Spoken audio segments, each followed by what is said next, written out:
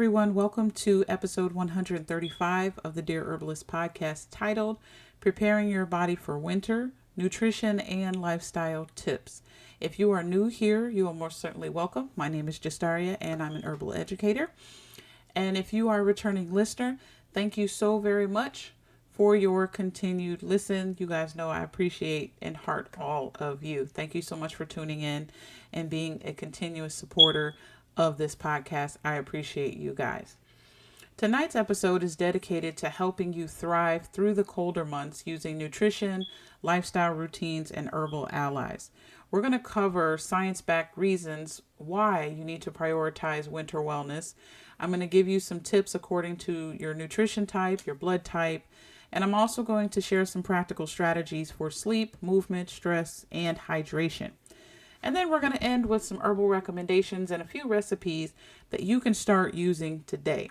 So as I always say, get your pens, notebooks, pads, back of a receipt, whatever you got, because this is going to be a lot of information for you tonight. Not going to be a super long podcast, but I definitely want to make sure that I'm giving you some information that you can go use today. So why does winter wellness matter? Why does the body need extra support in the winter? The reason is because scientific research showed that our immune system shifts towards a higher inflammatory state in the colder months, which can raise the risk for colds and flu and other respiratory infections. About 1 in 3 people start winter with low vitamin D, they're low in iron as well as selenium, and these nutrients are very essential for your immune system and its defense. During this time also, humidity drops and we move inside. So our bodies need more antioxidants, hydration, and restful sleep. Studies also find higher inflammation markers during the winter, with sleep and immune function closely connected. Intentional routines and nutrition will make a huge difference.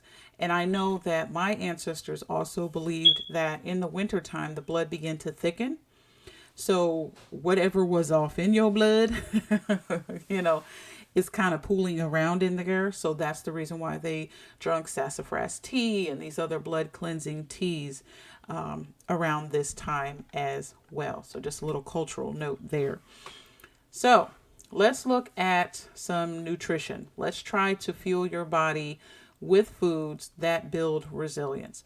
Number 1, you want to focus on antioxidant rich produce.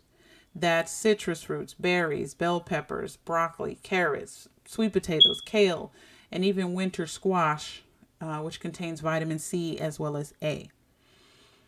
Next, you want to look at immune boosting minerals, whole grains for zinc and iron and selenium, because deficiency rates climb in the winter. They get a little bit higher, so you want to make sure that you are eating some of these things. Now, if you have nut sensitivities or, those type of things, obviously you don't want to eat that. You want to try to find another way to boost those minerals that you might be deficient in. And people ask me all the time, how do I know what I'm deficient in? One of the things that you can do, and one of the ways you can find out, is go to your doctor and ask them to check your blood for minerals. Now, some doctors are not going to be willing to do that because they don't see the benefit in it. Some are just like, for what? Why? No. Your insurance is not going to cover that, right? And then some people go online and they do tests that way. Okay. There's other blood centers and things like that you can go to give blood and then have them check your iron levels and see where you are. I really actually believe there should be a lot more of that, especially in people with chronic issues. We really need to start checking vitamins and minerals, because if the body doesn't have what it needs, it's not going to function properly. If it doesn't have the minerals and the nutrients and all that, it's not going to function properly. So I don't know why that blood panel is not really included in a lot of mainstream medicines, assessments. All right. Healthy fats also. So you want to look at avocados, olive oil, nuts, fatty fish, and seeds for energy and brain support. These can help curb cravings, right? Especially when you're craving carbs heavily, and it helps keep your skin hydrated. Another thing is protein. So you want to look at chicken, turkey, fish, eggs, beans, and lentils because they give you the antibodies as well as they help repair your muscles. And this is also good for people who deal with degenerative disorders, where your body is just starting to break out down your bones or your muscles and these type of things. Take that into consideration. And then lastly is hydration. So warm water. And I know this is a big thing for people. They're like, ugh, because I got like that sometimes. I like me a cup of ice cold water. But what I've learned over the years and what I've learned, period, is that warm water is really better for the stomach.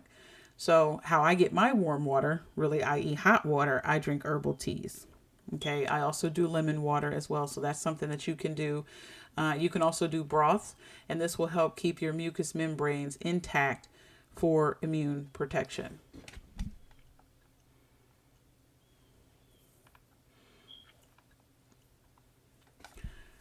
Now, let's talk about, when we talk about nutrition, let's talk about blood type. There is a book called Eat Right for Your Blood Type by Dr. D'Adamo, and I really enjoy this book. I do recommend that if you don't have it, get it, read it, and really think about how it can impact your life, because I really do like the science behind it, but I also like the thought process behind it. Personalizing nutrition, it may help some of you, especially those who have noticed that certain foods make you feel better than others, or maybe some foods make you feel worse than others. This book by Dr. D'Adamo, he believes that you need to eat right for your blood type, right? Your blood type, certain blood types need to eat certain types of food to maximize absorption, to maximize nutrient gains and all of that. So I am blood type O, okay? And I started, subscribing to this diet and eating more, protein and fruits and vegetables and these type of things. And I've seen the benefits in my life. So research it, take a look at it for yourself and see how you feel about it. But let's get into it just a little bit. So if you are a blood type O, and again, if you're not sure what your blood type is, you can look it up online, meaning that you can go through a lab and, send your blood off and that type of stuff. Or you can go to your doctor and get your blood from there and understand what your blood type is, as well as for your children. Type O's need to eat lean meats, fish, veggies, and you need to reduce your wheat and your dairy. Type O's tend to be lactose intolerant. Okay. Type A, blood type A, you need to have a more plant-based diet of fruits, vegetables, soy, grains. Limit your dairy and red meat. And there is some issues with soy. Okay. So I say that very lightly. That is one of the things that he talks about. So I say it very lightly. Okay. Don't run out there and just eat up a whole bunch of soy, especially because of the issues that they were having with that. But pretty much a plant-based diet. Limit your dairy and your red meat. Blood type B's, they can have a mixed diet. So meat, fish, grains, veggies. You want to avoid chicken, tomatoes, and peanuts. And then type AB, you can consume tofu, seafood, dairy, green veggies. You want to minimize caffeinated drinks and smoked meats. Now, these suggestions work best with whole foods and balanced proportions. So adjust them for your digestion, your energy, and your comfort. And by now you should know a little bit about yourself by doing the assessment that we had kind of talked about in the previous podcast. Now let's talk about lifestyle. Lifestyle has 4 main pillars. That's sleep, that's movement, that's light, and that's stress. Lifestyle amplifies nutrition's benefits, and it helps the body adapt to the demands of winter. So for sleep, you want to aim for 7 to 8 hours. Winter sleep deprivation increases the risk of infection, weakens your mood. Okay, so wind down with some kind of quiet time, low lights, or herbal tea. I tell people all the time, especially if they deal with insomnia or these type of issues, I ask them what their night routine is. And 9 times out of 10, it has nothing to do with quiet time, low lights, or herbal tea. It's their cell phone in their face, or the TV running, or reading a book, these type of things. And all of that tells the body and it tells the brain, I need to still be up to process this information that I'm getting. I'm not putting myself in a state of sleep. So do not sleep. So you got to kind of think about that. Have a nighttime routine. And again, for sleep, aim for 7 to 8 hours. Movement.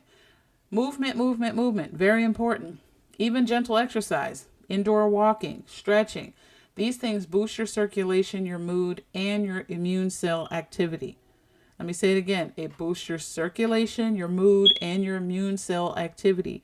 You don't have to put on this heavy exercise video and sit there for 30 minutes and all that. You don't have to do that. You can if you want to. But the point is to walk, to move the body, to stretch. All of these things matter because it does help with circulation, it does help with mood, and it helps your immune cell activity. So it is vital that you get these things in there, especially if you're dealing with circulation type health issues. Okay. Light exposure. That's another one. So get outside or near sunny windows. Natural daylight balances your mood, your circadian rhythms, and it gives you vitamin D. So whenever there is some sun, get out there. I know there's this big movement of stay away from the sun. The sun is harmful. Nobody's asking you to sit out there for 45 minutes roasting like a chicken. Or, just get out there and get some sun. Everything is all about balance. Okay. Stress management is another thing. You can manage your stress in a variety of different ways. Now, there's a term being thrown around and a system called breath work. My thing is this. Okay. Deep breathing. What is the point of deep breathing? Deep breathing brings in oxygen to your body and to your cells. A lot of times when people are stressed, especially high stress situations, their breathing is all out of whack. And a lot of time it's very tight. So you're not getting enough oxygen. You're not getting, because everything you're doing short breaths from the top of your chest. It's not deep, to where you can get that oxygen into your brain. So it keeps you tight when you are stressed. So this is the reason why it's important to sit down, pay attention to your breathing. Is it fast? Is it slow? Is it pulsating? Are you breathing from the top? Are you breathing from your gut? In and out, right? And take some deep breaths, especially in times of high stress. Cut the phone off, tell people don't come in your office, and just take some time, breathe in and breathe out. Okay? Meditation is another one. Okay? Because of my faith, I believe in meditating on scriptures and just thinking about the Most High and all his goodness, and also thinking about the things that feed my spirit. Okay? Another thing is laughter and connection. We are not meant to be in our little silos. We have to get out, connect with people, laugh, go to a comedy show, okay? And laugh until your side hurts. All of this matters, and it helps with stress, okay? It helps lower your inflammation, and it supports your immune defense because it puts the body on guard like, okay, I can calm down now. You don't have to activate my fight or flight because I'm not in a fight or flight situation. So now you can focus more energy on fixing those things and repairing those things that are in my body that are causing me harm or that I have damaged because of whatever. Now you can focus on that, and you don't have to focus on preparing my body to either fight a situation or run from it. The other thing is dress smart. Now we've all heard this from our grandmothers about making sure you have layers and, they need to bring the era of the turtlenecks back. I didn't really like turtlenecks back in the day as a kid. I couldn't stand it. I thought it was hot. I didn't like nothing around my neck. I really thought I was just born as an island baby. I should have been on an island somewhere because I just did not like bundling up at all. So get you a nice turtleneck, okay, this winter. But the point is to layer up and protect your core and your hands to prevent cold stress. Okay. You should not be running out in the snow, though. I see people all the time in short sleeves, shorts, and that type of stuff. Layer up, bundle up your kids. They may fuss, I don't want this jacket. I don't want this and that. Put it on anyway. Because what you also don't want is a runny nosed kid coming back to you, spreading around his community germs to all the rest of your kids. So bundle these kids up and bundle yourself up too. Okay. But layers are important because you may, go outside and be freezing, and then you get into the office or the building or the grocery store or wherever you're going, and they may have that heat blasting. Well, at least you can take a few layers off to make yourself more comfortable without having to make severe changes in your dress. Now, let's look at some herbal recommendations, okay, for your immune system, for digestion, and for sleep. Herbs, like I said before in the other podcasts and many podcasts before, herbs are here to support you. They're here to help your body do what it needs to do. It's to help strengthen your body, help clear out places in the body that may be stagnated. So herbs are your friend. So I'm going to give you a few. Some of them you've heard of. Let me see on this list. Most of them you've heard of. You hear about a lot. And I try to keep my recommendations simple so that you can go to, your local herbalist, or you can go to a natural food store, grocery store, whatever, to have access to these things and keep it very simple. All right. Number one is echinacea. So echinacea boosts your immune function, especially when you use it at the first sign of any type of illness. Okay. And with kids, typically their eyes get to watering and get glassy. You start to see low energy from them.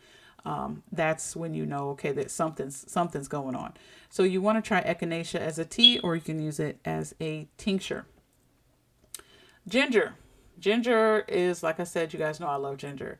It is anti-inflammatory. It's digestive. It's warming. You can use this in teas and broths and meals. Use ginger this winter, okay? And then garlic. Garlic is very antiviral.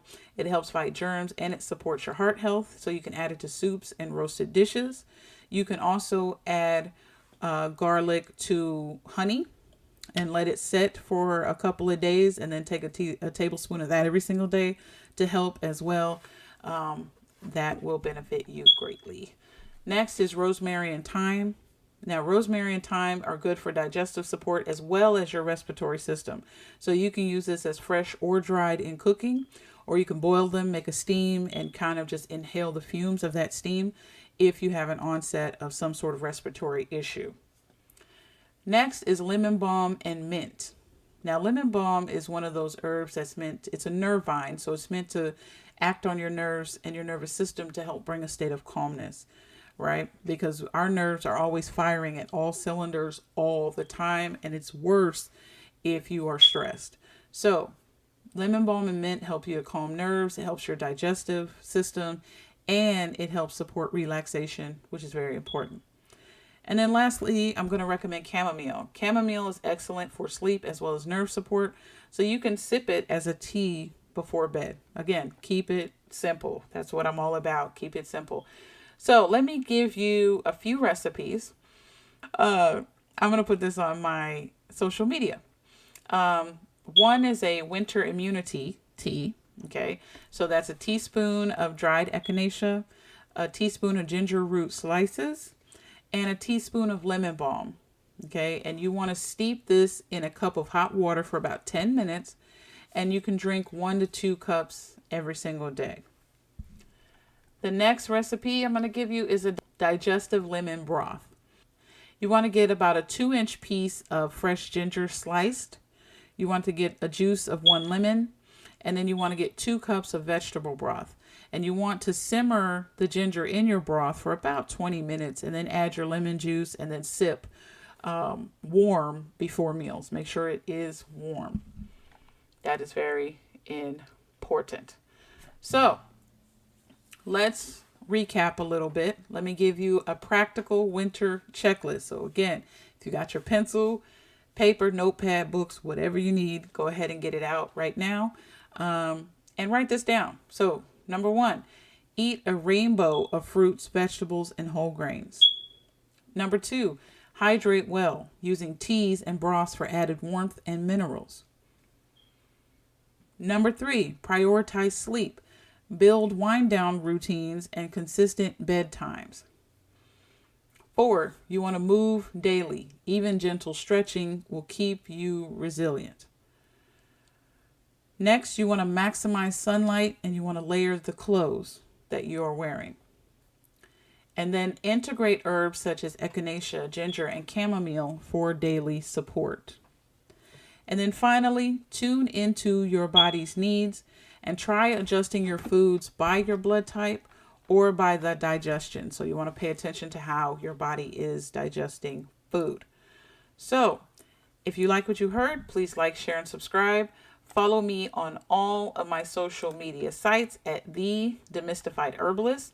In the next podcast, we are going to talk about foundations of winter wellness for children. So stay tuned for that. If you have children, we're going to talk about how to help them, how to fortify their systems, and some foundational things that you can do to help them moving forward through this winter season. So, with that, family, enjoy your evening. And until next time, I'm out.